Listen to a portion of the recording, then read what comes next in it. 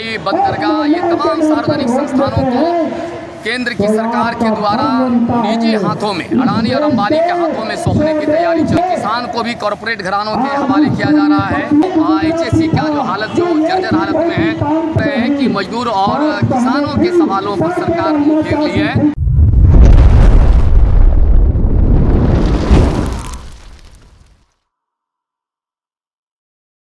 इस देश को लाने के लिए, अपने लक्ष्य की पूर्ति के लिए अगर आगे चलने वाला है तो इस देश का छात्र है, इस देश का नौजवान है।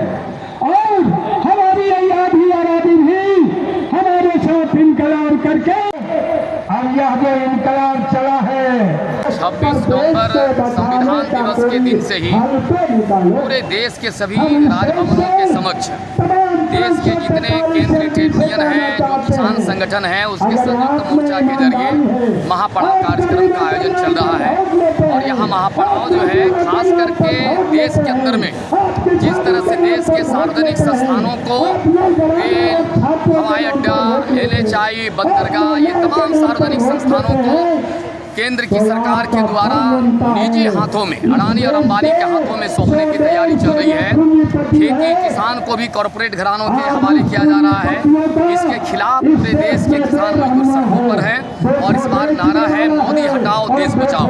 ये देश के अंदर में मोदी जी जो मन की बात कर रहे हैं, अब समय मन की बात का नहीं है, काम की बात करना चाहिए।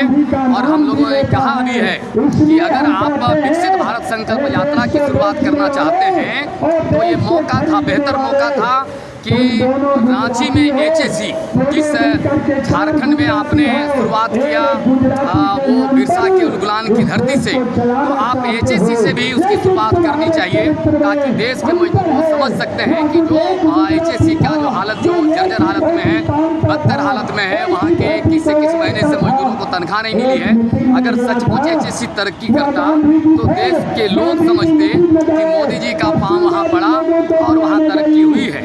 लेकिन हम लोग देख रहे हैं कि मजदूर और किसानों के सवालों पर सरकार मुंह फेर ली है और एक तरह से फर्जी मुद्दों पर लोगों को गुमराह करने की तैयारी चल रही है। वो चंद्रयान के लिए श्रेय लेने की बात करते हैं, लेकिन 15 दिन हो गया।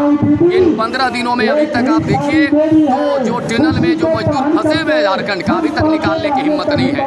तो ये तकनीकी और तमाम तरह के प्रौद्योगिकी की बात करती है सरकार, तो ये चाहिए आज के दिन में मजदूरों के लिए, यहाँ के किसानों के हक में कानून बनाए।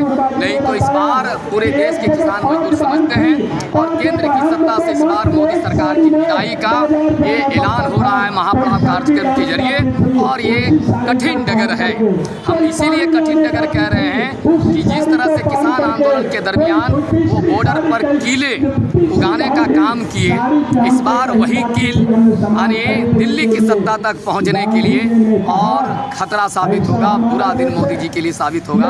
और देश की जो किसान मजदूर हैं इस बार उसको गद्दी से उतार फेंकेंगे, बाहर करेंगे। कुछ तो मोदी जी के विश्व गुरु कह रहे हैं और आप लोग मोदी जी को हटाने की बात कर रहे हैं। वैचारिक लड़ाई है और जो लोग बात कर रहे हैं तो उनको मॉडल पेश करना चाहिए था, लेकिन वो मॉडल कहीं पर भी दिख नहीं रहा है।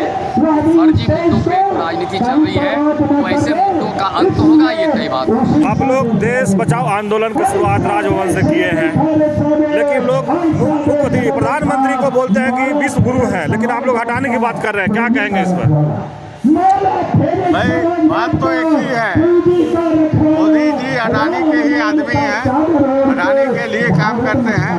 इसलिए ये बात तो सही है कि कुल मिला के एक गैंग बना हुआ है 4 गुजरातियों का। एक मोदी जी हैं, शाह जी हैं, अडानी जी हैं, अंबानी जी हैं। ये इसमें से 2 लोग खरीद रहे हैं, 2 लोग बेच रहे हैं। तो इसलिए इसको अलग अलग करके समझने का कोई मतलब नहीं होता है।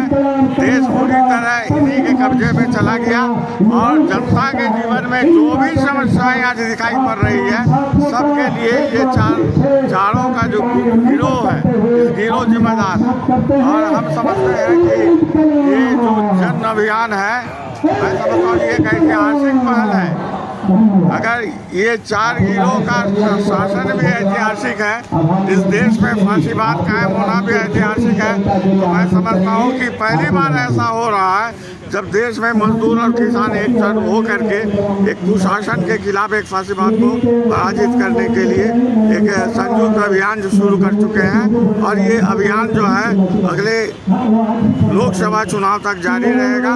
और हम हर हालत में मजदूरों के बीच में, किसानों के बीच में, मतदाताओं के बीच में ये जागृति पैदा करेंगे कि आने वाले चुनाव में वो कोई गैर भाजपा सरकार को चुने।